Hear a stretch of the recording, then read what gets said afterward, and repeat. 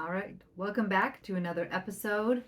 First of all, I want to thank you again for all the amazing and kind reviews. I read them all, I love them all. Thank you so much. Keep them coming, and I will do more random giveaways throughout the summer for family planners. So that is one of my favorite things, and it has been absolutely transformational for my family and for those who use it. Just love it. So, anyways, you're gonna want to win one of those. So keep giving me 5-star reviews on iTunes, and you can be entered in to win one. All right. Have you ever had a kid be grumpy? Have you ever had a kid throw a major tantrum over the slightest thing? Isn't it amazing what the wrong fork or cup can do to a child with a kind of tantrum that they can have with something like that? With 7 children, you better believe that I have had the opportunity to experience many grumpy children and many tantrums. I just had, a few weeks ago, I had the opportunity to experience some impressive ones with sweet little Master George, and it was it was quite impressive. Like running away in a parking lot, and I got to show him I am still significantly faster because I was able to catch him easily. uh, just little things, right? He got some sweet new light up shoes from Walmart and did not want them to get dirty on a hike. Then he took them off so that he avoided the mud, and then he had dirty feet getting into his socks. Like it was meltdown after meltdown. So I get an opportunity to experience meltdown. So I'm sure many of you can all laugh together. I hope you're laughing, not crying, but it's okay to experience whatever emotion you want to experience. Uh, I'm sure we've all had an opportunity to experience a child having a tantrum, a meltdown, a fit, all those types of things. So, have you ever been in the checkout aisle with your kids at a grocery store, right? And they have all the candy there, and it is a mean trick. And especially if you have a kid who really wants candy and you don't buy candy, and they really want that candy, so they start screaming and they get mad and angry because they want that treat, and it just escalates. But if you'll just buy them that candy, it'll quiet them down right then and there, and you don't have to deal with their tantrum anymore.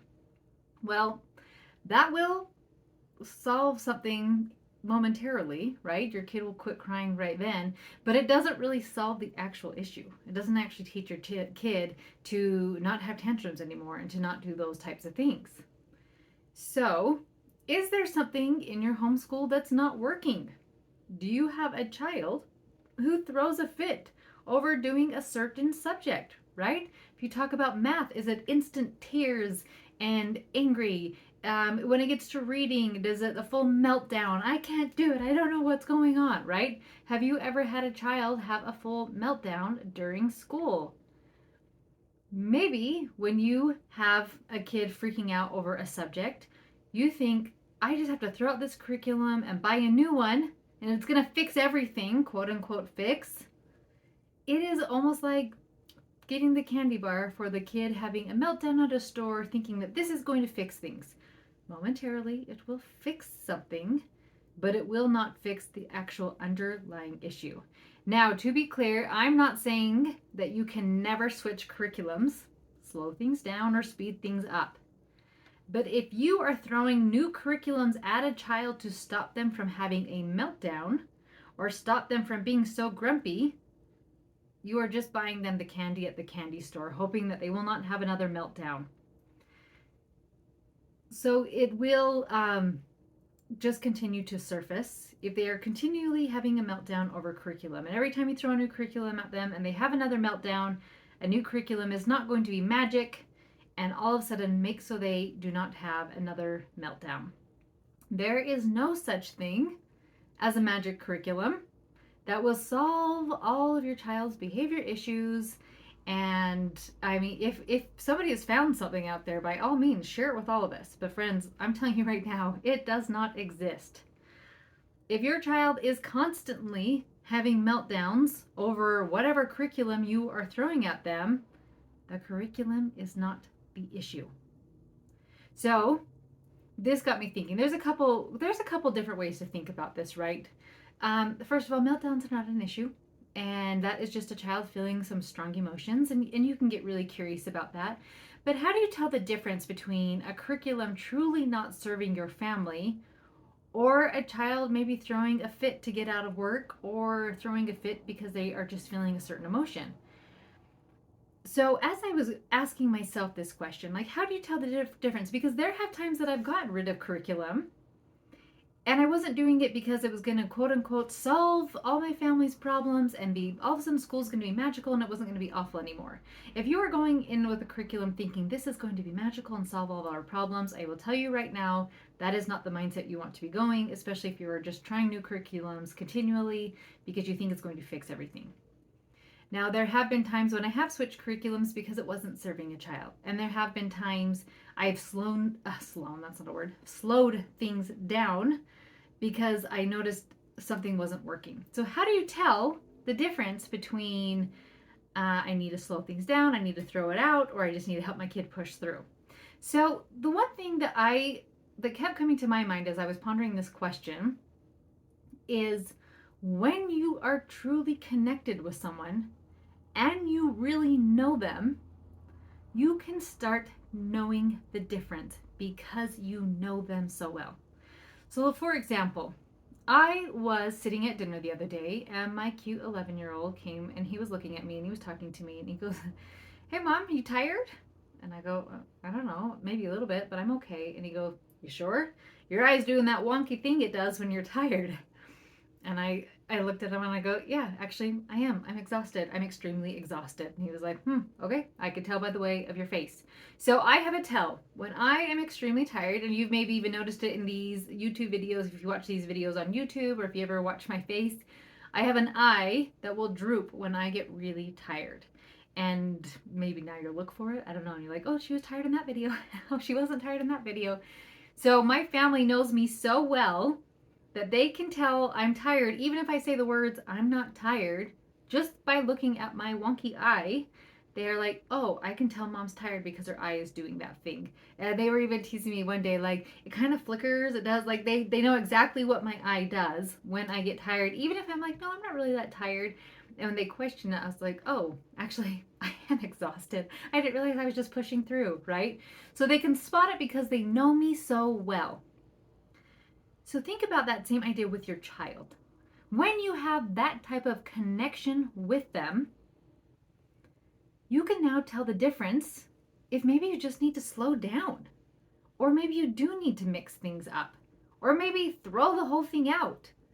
You have to build it upon that connection with your child so you can tell the difference, because you will start to really see them and start to see what their body is trying to tell you when words aren't there. Especially when a child doesn't have the words to just say, like, "I don't think I'm smart enough. I'm just so tired."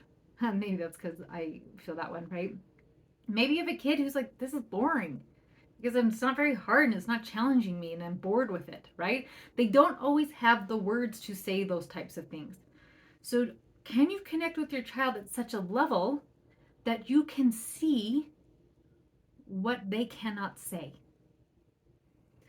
When you can see what is really going on, you can start to work with your child to find a solution instead of just throwing more money at a different curriculum thinking, "Oh goodness, let's see if this will solve everything." By doing this, this is going to save you so much money and probably a lot of tears. When you build your homeschool on connection, you can start to figure things out. I have had many of opportunities to have children freak out over different school subjects. Math has been one of them. One of my darlings, math came really, really easy to them. And all of a sudden it got hard and they actually had to try. And I watched this child have some major meltdowns over math. And it was so interesting because I could see this child just was questioning, "Oh my goodness, maybe I'm not intelligent. All of a sudden, this is hard and I have to really think about it." And when I could really see that child and what their body was saying, I could see I just needed to slow it down and help them to see that it's okay that sometimes things challenge us, right? And what we did is we mixed things up with some games. We went slower. That kid would do a problem, I would do a math problem. Then we would say who could do the fastest and who can get the most right. And we would mix it up, and then all of a sudden, maybe a few weeks or a month after doing that, the kid then got their confidence back and said, "Okay, Mom, I can do this again." I didn't have to buy a new math book. I didn't have to spend any money. I just had to slow it down. I've had another kid with language arts who's had major meltdowns. Just in case you're wondering if my family's perfect, we are human and my children have meltdowns. I've had meltdowns. It's all the beautiful things, right? But one child was having a meltdown over language arts, and I could see once again that this was hard for them and they were feeling inadequate. All we had to do was slow it up, slow it down, and just instead of doing one big, huge lesson, just do chunks of a lesson. Just break it up. Sometimes there was one of my children who had a meltdown over math, and I realized that this math book was not a good fit for this child. This child needed much more of a story, an adventure, and math needed to have more reason and a purpose and a why. And when we mixed up the math curriculum for this child, then they excelled because the other way was just really routine and a lot of just doing the same math problems over and over again, and it was just getting boring and mundane to them. And then when the child had more variety, then all of a sudden they lit up. You learn these things when you truly get to know your child. And you can ask questions, right? Be careful with not putting thoughts in their head of like, oh, do you think you're stupid? Do you think you're dumb? Right? Like, you may want to be careful with some of those questions, but maybe ask, like, getting curious. Why are they having a meltdown? Do they feel like it's too hard? Do they feel like we should need to go slower? Is there a way we could make this more fun or more exciting? And then there's also a space too of allowing a child to have a meltdown or just an off day.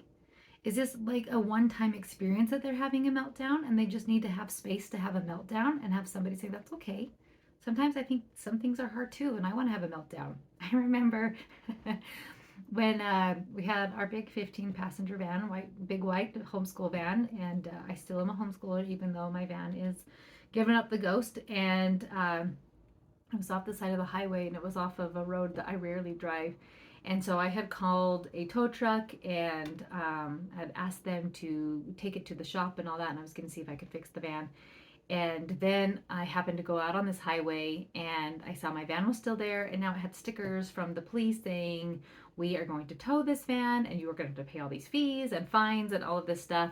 And I was then calling the towing company, the insurance company, and like not getting everything done. So I had to call the police officer. And my husband was in Africa at this time with no cell service. And I'm trying to figure all this stuff out. And I don't do hardly anything with our finances or insurance or anything like that. And so I had a meltdown. I had a total meltdown and I cried to the police officer like, hey, listen, I'm doing my best here. I don't know like what to do right now. And he was so sweet to me, just like, okay, like let's get it figured out. I'm going to help you, honey. And so I totally had a meltdown over it. It was one day and I had a rough day and I cried and then I was fine. So when your kid has a meltdown, when you get to know them, you can see like, okay, this is just an off day. They're just having a rough day.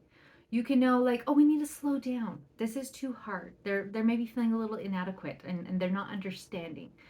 Maybe this is boring and we need to mix it up and throw in some games or make it a little bit more challenging. Maybe make it fun in some sort of way. Or maybe I know my kids so well that this is not the right curriculum for them. As you build your homeschool on connection, these things are easier to figure out because you just know your kid and what they're trying to say with their body that they do not have the words to say.